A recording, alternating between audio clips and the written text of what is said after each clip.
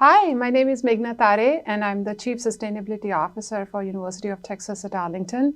Today I'm going to talk about a very fun topic, how to do spring cleaning sustainability. So, are you ready for this?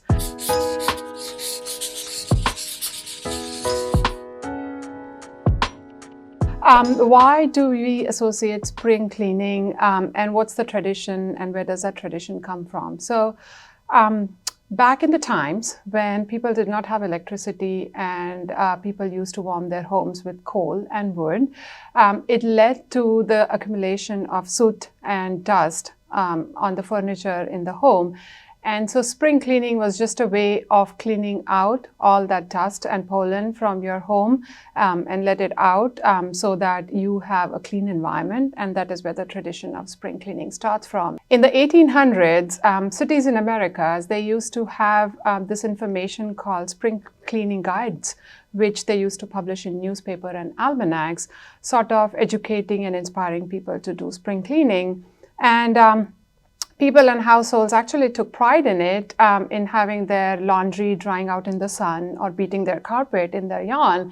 This was the social media flex at that time. What are the easy swaps people can make that are better for the environment and affordable? I would buy more eco-friendly cleaning products that don't have as much chemical, so you are actually not targeting your home and cleaning with a lot of VOCs, which are harmful for you in the long run. So swap out for eco-friendly products that are organic and does not have fragrance or perfume labeled on them. We've seen trends like burping your home go viral. What is that, and does it actually work? It actually works. It's a very popular trend now in social media.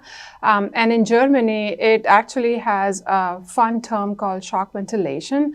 I'm going to try this. It's called Stoßlüften, which essentially means that every German is required to open their windows for 10 to 15 minutes every day, even if it's winter, to let the air out and bring fresh air in. And the reason for that is your indoor air is 2 to 5 times more polluted than outside air. So bringing in that fresh ventilation is actually good for your body.